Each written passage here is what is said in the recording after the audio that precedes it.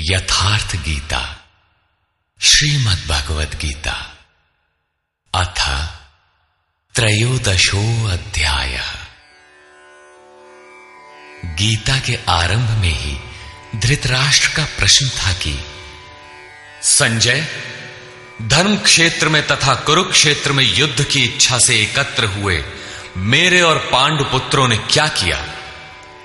अभी तक ये नहीं बताया गया कि वो क्षेत्र है कहां, किंतु जिन महापुरुष ने जिस क्षेत्र में युद्ध बताया, स्वयं ही उस क्षेत्र का प्रस्तुत अध्याय में निर्णय देते हैं कि वो क्षेत्र वस्तुतः है कहां। श्री भगवान वाच,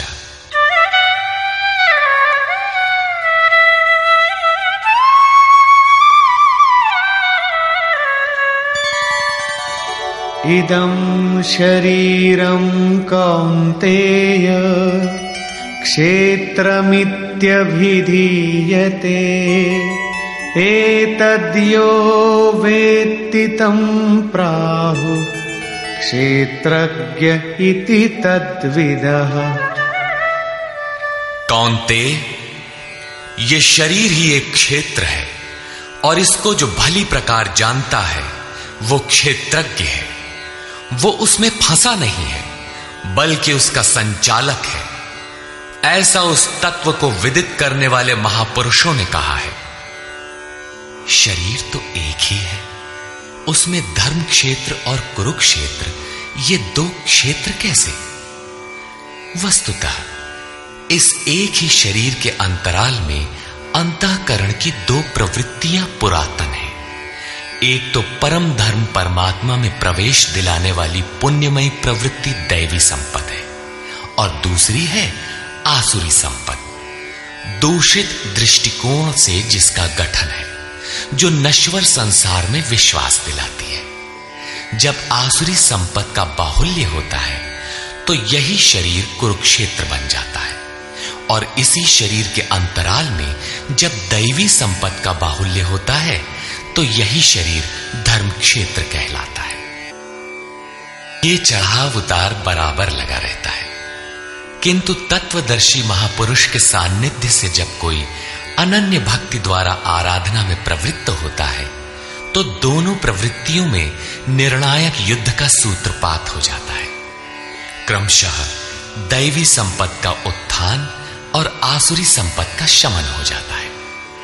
आसुरी संपत्ति के सर्वथा शमन के उपरांत परम के दिग्दर्शन की अवस्था आती है। दर्शन के साथ ही दैवी संपत्ति की आवश्यकता समाप्त हो जाती है, अतः वो भी परमात्मा में स्वतः विलय हो जाती है। भजने वाला पुरुष परमात्मा में प्रवेश पा जाता है। 11वें अध्याय में अर्जुन ने देखा कि कौरव पक्ष के अनंतर पांडव पक्ष के योद्धा भी योगेश्वर में विलीन होते जा रहे हैं। इस विलय के पश्चात पुरुष का जो स्वरूप है वही क्षेत्रज्ञ है। आगे देखें। क्षेत्रज्ञं चापि मां विद्धि सर्वक्षेत्रेषु भारत क्षेत्र क्षेत्रज्ञयोर्ज्ञानं यत्तज्ज्ञानं मतं मम। हे अर्जुन, तू सब क्षेत्रों में क्षेत्रज्ञ मुझे ही जान, अर्थात मैं भी क्षेत्रज्ञ हूं। जो इस क्षेत्र को जानता है वो क्षेत्रज्ञ है, ऐसा उसे साक्षात जानने वाले महापुरुष कहते हैं। और श्री कृष्ण कहते हैं कि मैं भी क्षेत्रज्ञ हूं, अर्थात श्री कृष्ण भी एक योगेश्वर ही थे। क्षेत्र और क्षेत्रज्ञ अर्थात विकार सहित प्रकृति और पुरुष को तत्व से जानना ही ज्ञान है, ऐसा मेरा मत है। अर्थात साक्षात्कार सहित इनकी जानकारी का नाम ज्ञान है, कोरी बहस का नाम ज्ञान नहीं है। तत्क्षेत्रं यच्च यादृक् यद्विकारी यतश्च यत् स च यो यत्प्रभावश्च तत्समासेन मे शृणु। वो क्षेत्र जैसा है और जिन विकारों वाला है तथा जिस कारण से हुआ है, तथा वो क्षेत्रज्ञ भी जो है और जिस प्रभाव वाला है, वो सब मुझसे संक्षेप में सुन। अर्थात क्षेत्र विकार वाला है, किसी कारण से हुआ है, जबकि क्षेत्रज्ञ केवल प्रभाव वाला है। मैं ही कहता हूं, ऐसी बात नहीं है, ऋषि भी कहते हैं। ऋषिभिर्बहुधा गीतम् छन्दोभिर्विविधैः पृथक् ब्रह्मसूत्रपदैश्चैव हेतुमद्भिर्विनिश्चितैः। ये क्षेत्र और क्षेत्रज्ञ का तत्व ऋषियों द्वारा बहुत प्रकार से गायन किया गया है तथा नाना प्रकार से वेदों की मंत्रणा द्वारा विभाजित करके भी कहा गया है तथा विशेष रूप से निश्चित किए हुए युक्ति युक्त ब्रह्म सूत्र के वाक्यों द्वारा भी वही कहा गया है। अर्थात वेदांत, महर्षि, ब्रह्म सूत्र और हम एक ही बात कहने जा रहे हैं। श्री कृष्ण वही कहते हैं जो इन सब ने कहा है। क्या शरीर अर्थात क्षेत्र इतना ही है जितना दिखाई देता है? इस पर कहते हैं,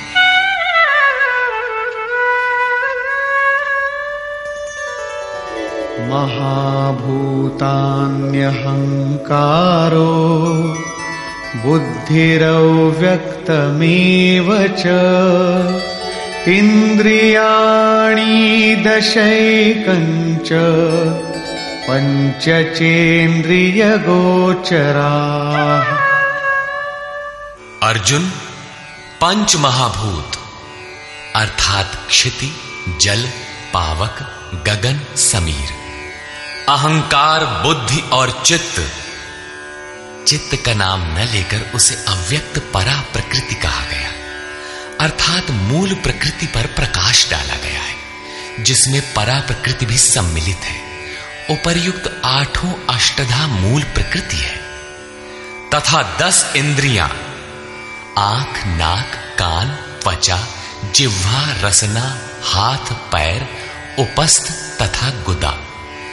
एक मन और 5 इंद्रियों के विषय रूप, रस, गंध, शब्द और स्पर्श तथा इच्छा, द्वेषः, सुखं दुःखं, संघातश्चेतना, धृतिः, एतत् क्षेत्रं समासेन सविकारमुदाहृतम्।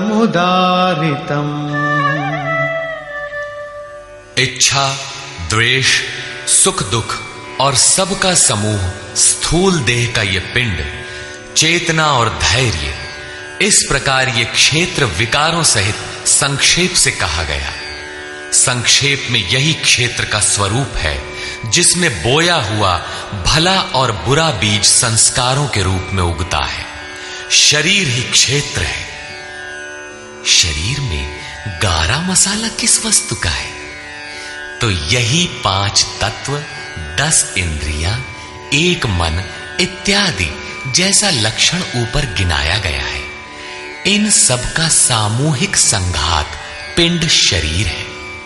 जब तक ये विकार रहेंगे तब तक ये पिंड भी विद्यमान रहेंगे, इसलिए कि ये विकारों से बना है। अब उस क्षेत्रज्ञ का स्वरूप देखें जो इस क्षेत्र में लिप्त नहीं बल्कि उससे निवृत्त है। अमानित्वमदम्भित्वम् अहिंसा क्षान्तिरार्जवम् आचार्योपासनं शौचं स्थैर्यमात्मविनिग्रह। हे अर्जुन, मान अपमान का अभाव, दंभाचरण का अभाव अहिंसा अर्थात अपनी तथा अन्य किसी की आत्मा को कष्ट न देना अहिंसा है। अहिंसा का अर्थ केवल इतना ही नहीं है कि चींटी मत मारो। श्री कृष्ण ने कहा कि अपनी आत्मा को अधोगति में न पहुंचाओ। उसको अधोगति में पहुंचाना हिंसा है और उसका उत्थान ही शुद्ध अहिंसा है। ऐसा पुरुष अन्य आत्माओं के उत्थान हेतु भी उन्मुख रहता है। हां, इसका आरंभ किसी को ठेस न पहुंचाने से होता है। ये उसी का एक अंग प्रत्यंग है। अतः अहिंसा, क्षमा भाव, मन वाणी की सरलता, आचार्योपासना अर्थात श्रद्धा भक्ति सहित सद्गुरु की सेवा और उनकी उपासना, पवित्रता, अंतःकरण की स्थिरता, मन और इंद्रियों सहित शरीर का निग्रह और इंद्रियार्थेषु वैराग्यम अनहंकार एव च जन्म मृत्यु जरा व्याधि दुख दोषानुदर्शनम। इस लोक और परलोक के देखे सुने भोगों में आसक्ति का अभाव, अहम का अभाव, जन्म मृत्यु, वृद्धावस्था, रोग और भोगादि में दुख दोष का बारंबार चिंतन, असक्तिरनभिष्वंगः पुत्रदार गृहादिषु नित्यं च समचित्तत्वम् इष्टानिष्टोपपत्तिषु। पुत्र, स्त्री, धन और गृहादि में आसक्ति का अभाव, प्रिय तथा अप्रिय की प्राप्ति में चित्त का सदैव सम रहना,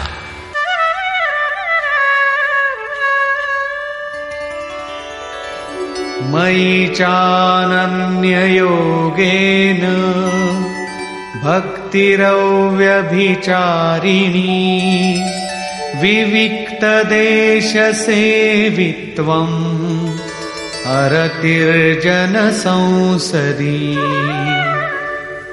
मुझ में अनन्य योग से, श्री कृष्ण एक योगी थे अर्थात ऐसे किसी महापुरुष में अनन्य योग अर्थात योग के अतिरिक्त अन्य कुछ भी स्मरण न करते हुए अव्यभिचारिणी भक्ति अर्थात इष्ट के अतिरिक्त किसी चिंतन का न आना, एकांत स्थान का सेवन, मनुष्यों के समूह में रहने की आसक्ति का न होना तथा अध्यात्मज्ञान नित्यत्वम् तत्त्वज्ञानार्थदर्शनम् एतज्ज्ञानमिति प्रोक्तम् अज्ञानं यदतोऽन्यथा।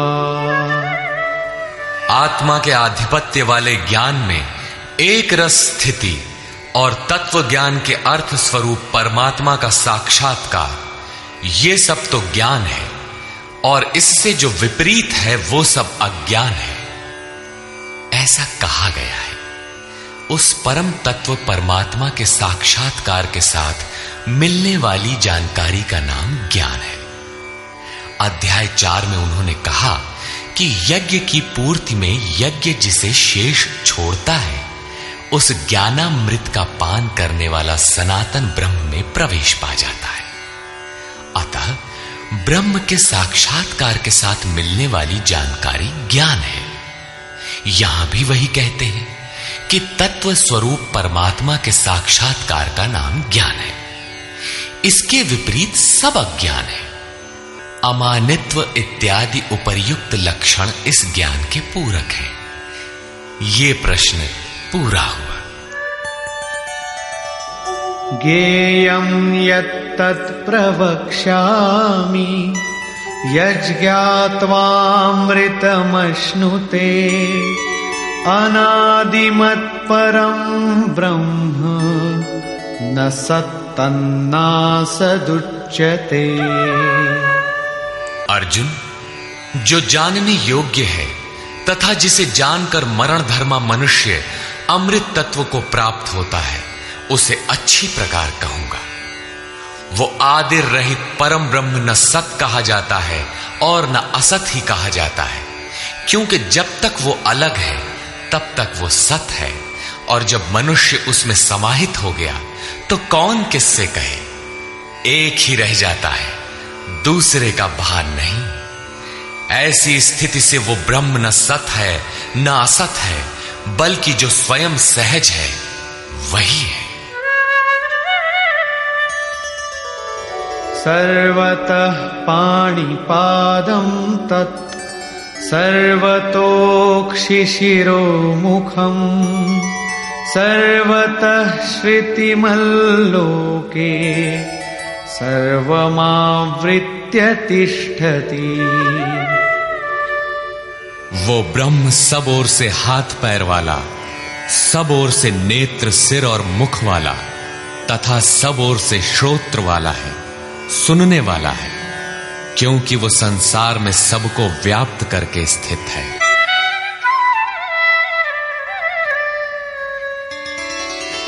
सर्वेन्द्रिय गुणाभासम् सर्वेन्द्रिय विवर्जितम् असक्तं सर्वभृच्चैव निर्गुणं गुणभोक्तृ च। वो संपूर्ण इंद्रियों के विषयों को जानने वाला है, फिर भी सब इंद्रियों से रहित है। वो आसक्ति रहित गुणों से अतीत होने पर भी सबको धारण और पोषण करने वाला और सभी गुणों को भोगने वाला है, अर्थात एक एक करके सभी गुणों को अपने में लय कर लेता है। जैसा श्री कृष्ण कह आए हैं कि यज्ञ और तपों को भोगने वाला मैं हूं, अंत में संपूर्ण गुण मुझ में विलय हो जाते हैं।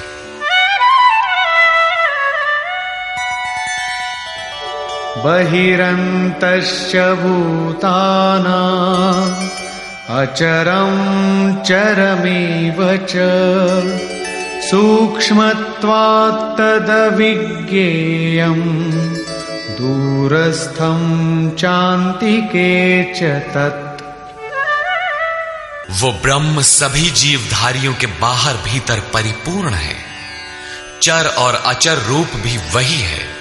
सूक्ष्म होने से वो दिखाई नहीं पड़ता, अविज्ञेय है, मन इंद्रियों से परे है तथा अति समीप और दूर भी वही है।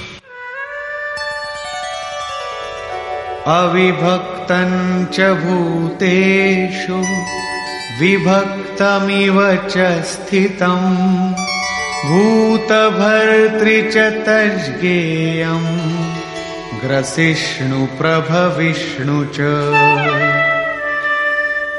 अविभाज्य होकर भी वो संपूर्ण चराचर भूतों में अलग अलग के सदृश प्रतीत होता है। वो जानने योग्य परमात्मा समस्त भूतों को उत्पन्न करने वाला, भरण और पोषण करने वाला और अंत में संहार करने वाला है। यहां बाह्य और आंतरिक दोनों भावों की ओर संकेत किया गया है।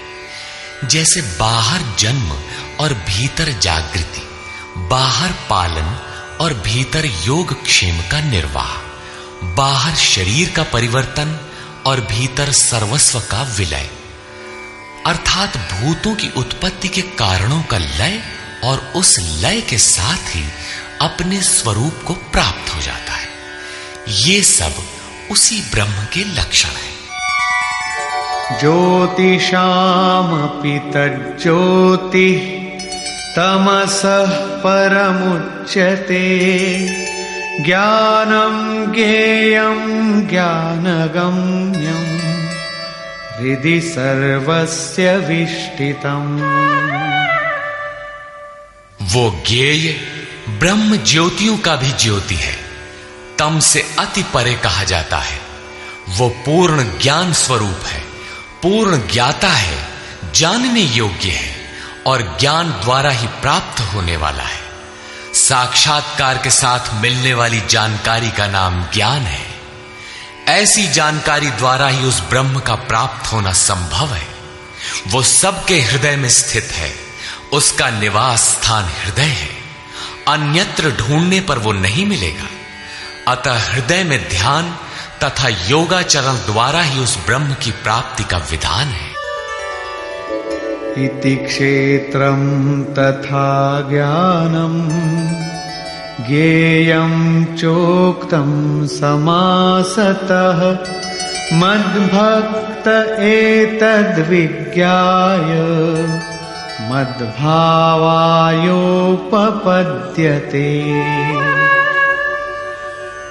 हे अर्जुन, बस इतना ही क्षेत्र ज्ञान तथा जानने योग्य परमात्मा का स्वरूप संक्षेप में कहा गया है। इसे जानकर मेरा भक्त मेरे साक्षात स्वरूप को प्राप्त होता है।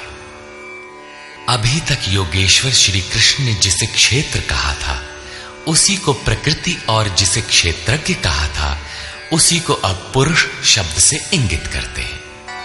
प्रकृतिं पुरुषं चैव विद्यनादि उभावपि विकारांश गुणांश्चैव विद्धि प्रकृति संभवान्। ये प्रकृति और पुरुष दोनों ही अनादि जान, ऐसा संपूर्ण विकार तथा त्रिगुण प्रकृति से ही उत्पन्न हुए जान। कार्यकरण कर्तृत्वे हेतुः प्रकृतिरुच्यते पुरुषः सुख दुःखानां भोक्तृत्वे हेतुरुच्यते।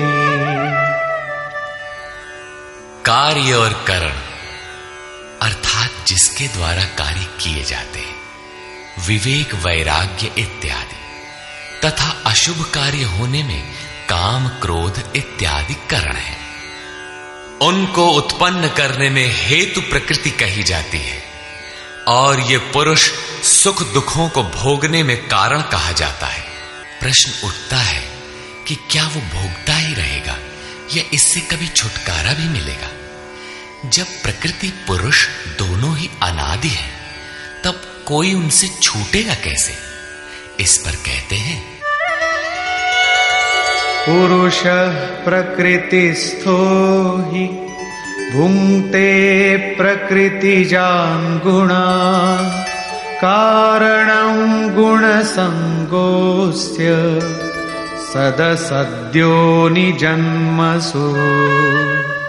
प्रकृति के बीच में खड़ा होने वाला पुरुष ही प्रकृति से उत्पन्न हुए गुणों के कार्य रूप पदार्थों को भोगता है, और इन गुणों का संग ही इस जीवात्मा के अच्छी तथा बुरी योनियों में जन्म लेने का कारण है। ये कारण अर्थात प्रकृति के गुणों का संग समाप्त होने पर ही जन्म मृत्यु से मुक्ति मिलती है। अब उस पुरुष पर प्रकाश डालते हैं कि वो किस प्रकार प्रकृति में खड़ा है। उपद्रष्टानुमन्ता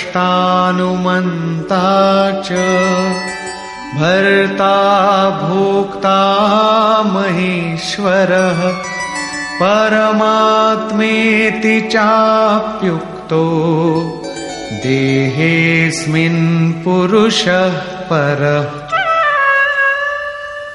वो पुरुष उपद्रष्टा, हृदय देश में बहुत ही समीप, हाथ पांव मन जितना आपके समीप है उससे भी अधिक समीप दृष्टा के रूप में स्थित है। उसके प्रकाश में आप भला करें बुरा करें उसे कोई प्रयोजन नहीं है। वो साक्षी के रूप में खड़ा है। साधना का सही क्रम पकड़ में आने पर पथिक कुछ ऊपर उठा, उसकी ओर बढ़ा तो दृष्टा पुरुष का क्रम बदल जाता है। वो अनुमंता अनुमति प्रदान करने लगता है, अनुभव देने लगता है। साधना द्वारा और समीप पहुंचने पर वही पुरुष भर्ता बनकर भरण पोषण करने लगता है, जिसमें आपके योगक्षेम की भी व्यवस्था कर देता है। साधना और सूक्ष्म होने पर वही भोक्ता हो जाता है। भोक्तारम यज्ञ तपसाम, यज्ञ तप जो कुछ भी बन पड़ता है सबको वो पुरुष ग्रहण करता है, और जब ग्रहण कर लेता है उसके बाद वाली अवस्था में महेश्वर, महान ईश्वर के रूप में परिणत हो जाता है। वो प्रकृति का स्वामी बन जाता है, किंतु अभी कहीं प्रकृति जीवित है तभी उसका मालिक है। इससे भी उन्नत अवस्था में वही पुरुष परमात्मेति चाप्युक्तो, जब परम से संयुक्त हो जाता है तब परमात्मा कहलाता है। इस प्रकार शरीर में रहते हुए भी ये पुरुष अर्थात आत्मा परह ही है, सर्वथा इस प्रकृति से परे ही है। अंतर इतना ही है कि आरंभ में ये दृष्टा के रूप में था, क्रमशः उत्थान होते होते परम का स्पर्श कर परमात्मा के रूप में परिणत हो जाता है। य एवं वेत्ति पुरुषं प्रकृतिं च गुणैः सह सर्वथा वर्तमानोऽपि न स भूयोऽभिजायते। इस प्रकार पुरुष को और गुणों के सहित प्रकृति को जो मनुष्य साक्षात्कार के साथ विदित कर लेता है, वो सब प्रकार से बरतता हुआ भी फिर नहीं जन्मता, अर्थात उसका पुनर्जन्म नहीं होता। यही मुक्ति है। अभी तक योगेश्वर श्री कृष्ण ने ब्रह्म और प्रकृति की प्रत्यक्ष जानकारी के साथ मिलने वाली परम गति अर्थात उसका पुनर्जन्म से निवृत्ति पर प्रकाश डाला, और अब वे उस योग पर बल देते हैं जिसकी प्रक्रिया है आराधना, क्योंकि इस कर्म को कार्य रूप दिए बिना कोई पाता नहीं।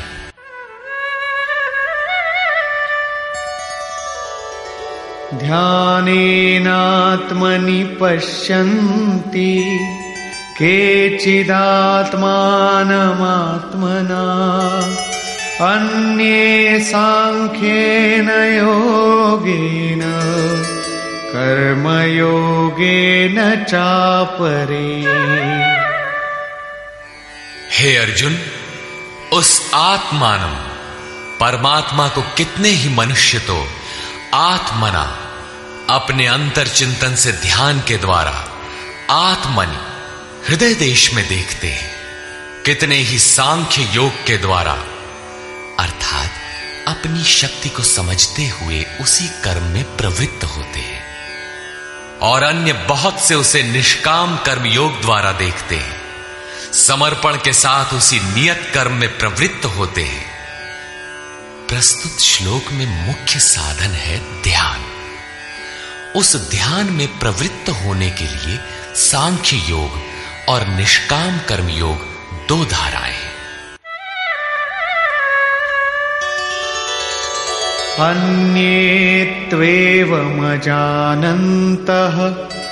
श्रुत्वान्येभ्य उपासते तेऽपि चातितरन्त्येव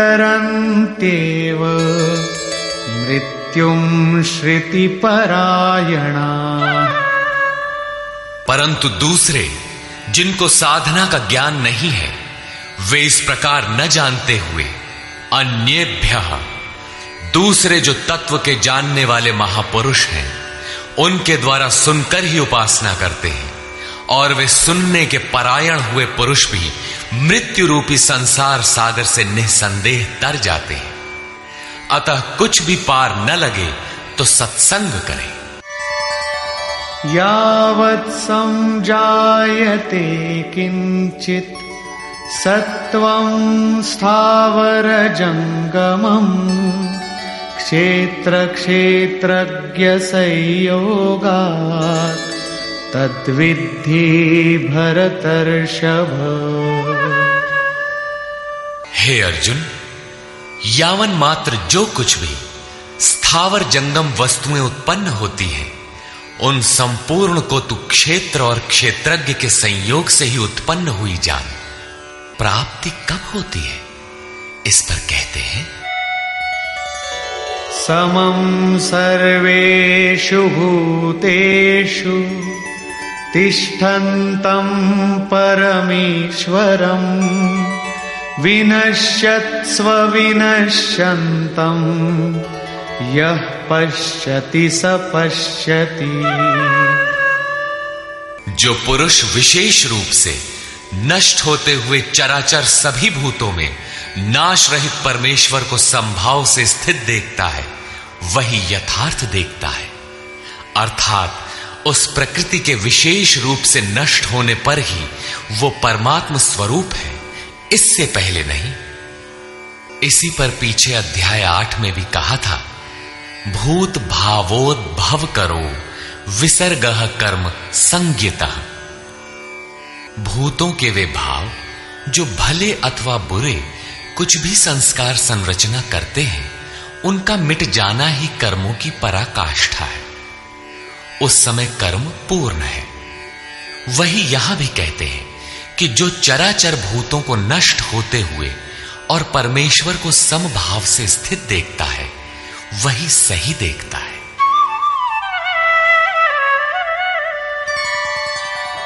समं पश्यन् हि सर्वत्र समवस्थितमीश्वरम्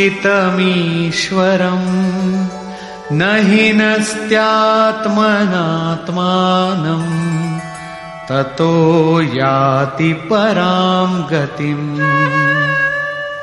क्योंकि वो पुरुष सर्वत्र समभाव से स्थित परमेश्वर को समान अर्थात जैसा है वैसा ही समान देखता हुआ अपने द्वारा स्वयं को नष्ट नहीं करता, क्योंकि जैसा था वैसा उसने देखा, इसलिए वो परम गति को प्राप्त होता है। प्राप्ति वाले पुरुष के लक्षण बताते हैं।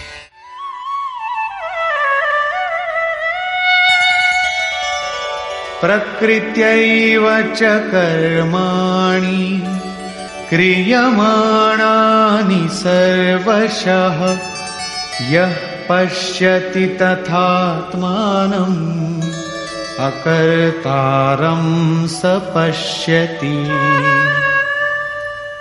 जो पुरुष संपूर्ण कर्मों को सब प्रकार से प्रकृति द्वारा ही किया जाता देखता है, अर्थात जब तक प्रकृति है तभी तक कर्मों का होना देखता है तथा आत्मा को अकर्ता देखता है, वही यथार्थ देखता है।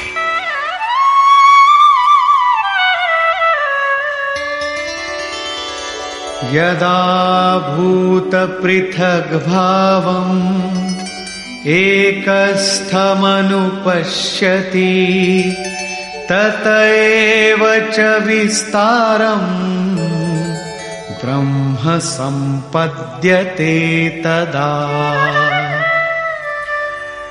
जिस काल में मनुष्य भूतों के न्यारे न्यारे भावों में एक परमात्मा को प्रवाहित स्थित देखता है तथा उस परमात्मा से ही संपूर्ण भूतों का विस्तार देखता है, उस समय वो ब्रह्म को प्राप्त होता है।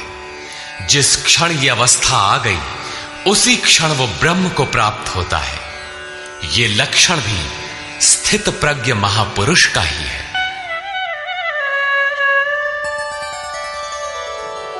अनादित्वान् निर्गुणत्वात् परमात्मायमव्ययः शरीरस्थोऽपि कौन्तेय न करोति न लिप्यते।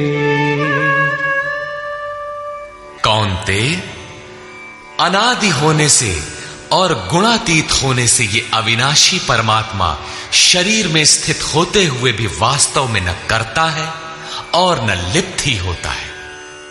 किस प्रकार? यथा सर्वगतं सौक्ष्म्याद् आकाशं नोपलिप्यते सर्वत्रावस्थितो देहे तथात्मानोपलिप्यते। जिस प्रकार सर्वत्र व्याप्त हुआ आकाश सूक्ष्म होने के कारण लिप्त नहीं होता, ठीक वैसे ही सर्वत्र देह में स्थित हुआ भी आत्मा गुणातीत होने के कारण देह के गुणों से लिप्त नहीं होता। आगे कहते हैं,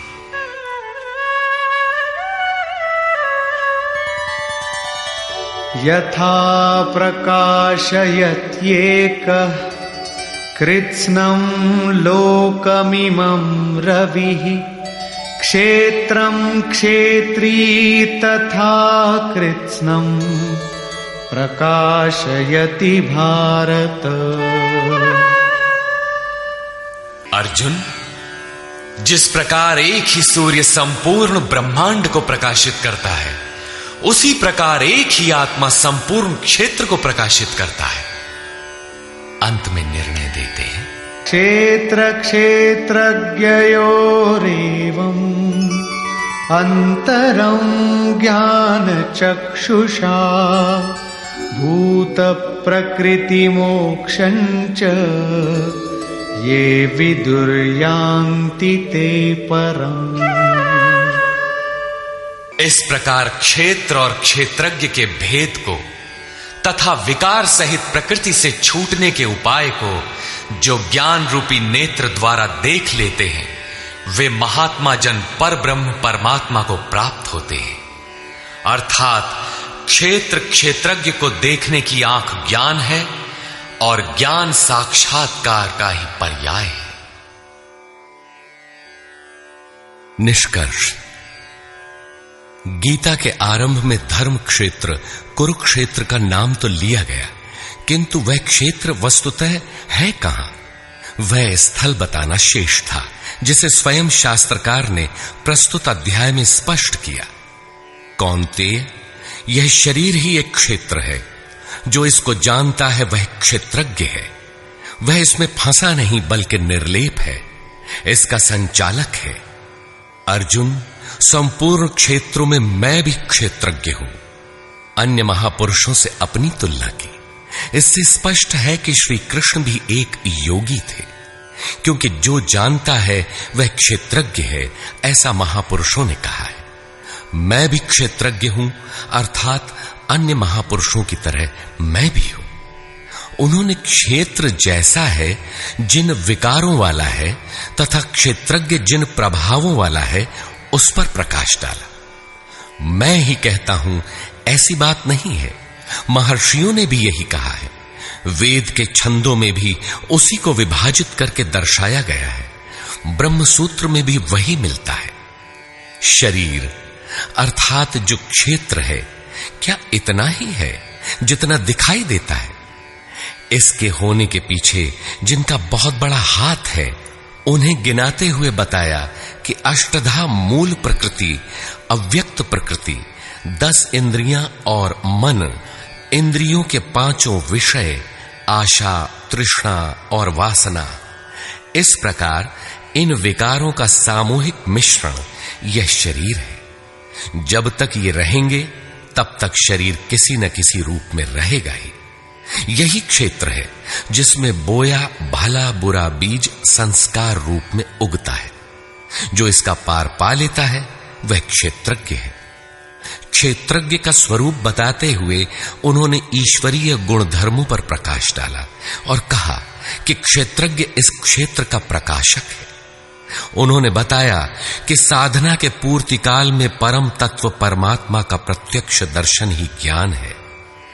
ज्ञान का अर्थ है साक्षात्कार। इसके अतिरिक्त जो कुछ भी है अज्ञान है। जानने योग्य वस्तु है परात्पर ब्रह्म। वह न सत है न असत, इन दोनों से परे है। उसे जानने के लिए लोग हृदय में ध्यान करते हैं, बाहर मूर्ति रखकर नहीं। बहुत से लोग सांख्य माध्यम से ध्यान करते हैं, तो शेष निष्काम कर्म योग समर्पण के साथ उसकी प्राप्ति के लिए उसी निर्धारित कर्म आराधना का आचरण करते हैं।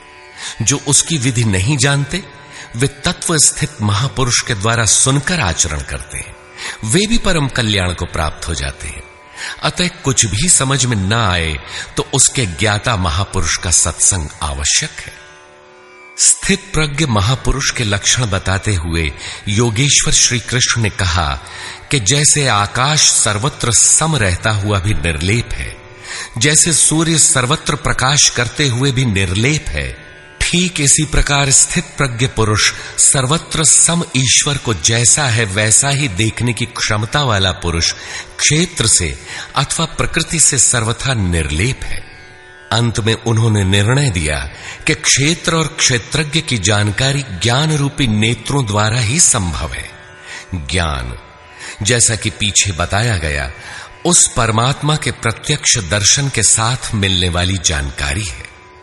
शास्त्रों को बहुत रटकर दोहराना ज्ञान नहीं, बल्कि अध्ययन तथा महापुरुष को उस कर्म को समझकर, उस कर्म पर चलकर मन सहित इंद्रियों के निरोध और उस निरोध के भी विलय काल में परम तत्व को देखने के साथ जो अनुभूति होती है, उसी अनुभूति का नाम ज्ञान है। क्रिया आवश्यक है। इस अध्याय में मुख्यतः क्षेत्रज्ञ का विस्तार से वर्णन किया गया। वस्तुतः क्षेत्र का स्वरूप व्यापक है। शरीर कहना तो सरल है, किंतु शरीर का संबंध कहां तक है? तो समग्र ब्रह्मांड मूल प्रकृति का विस्तार है। अनंत अंतरिक्षों तक आपके शरीर का विस्तार है। उनसे आपका जीवन ऊर्जस्वी है। उनके बिना आप जी नहीं सकते। यह भूमंडल, विश्व, जगत, देश, प्रदेश और आपका यह दिखाई देने वाला शरीर उस प्रकृति का एक टुकड़ा भी नहीं है। इस प्रकार क्षेत्र का ही इस अध्याय में विस्तार से वर्णन है। अतः ओम तत्सदिति श्रीमद्भगवद गीता सूपनिषत्सु ब्रह्म विद्यायाम योग शास्त्रे श्री कृष्णार्जुन संवादे क्षेत्र क्षेत्रज्ञ विभाग योगो नाम त्रयोदशोऽध्यायः। इस प्रकार स्वामी अड़गड़ानंद कृत श्रीमद् भगवद गीता के भाष्य यथार्थ गीता का 13वां अध्याय पूर्ण होता है। हरि ओम तत्सत।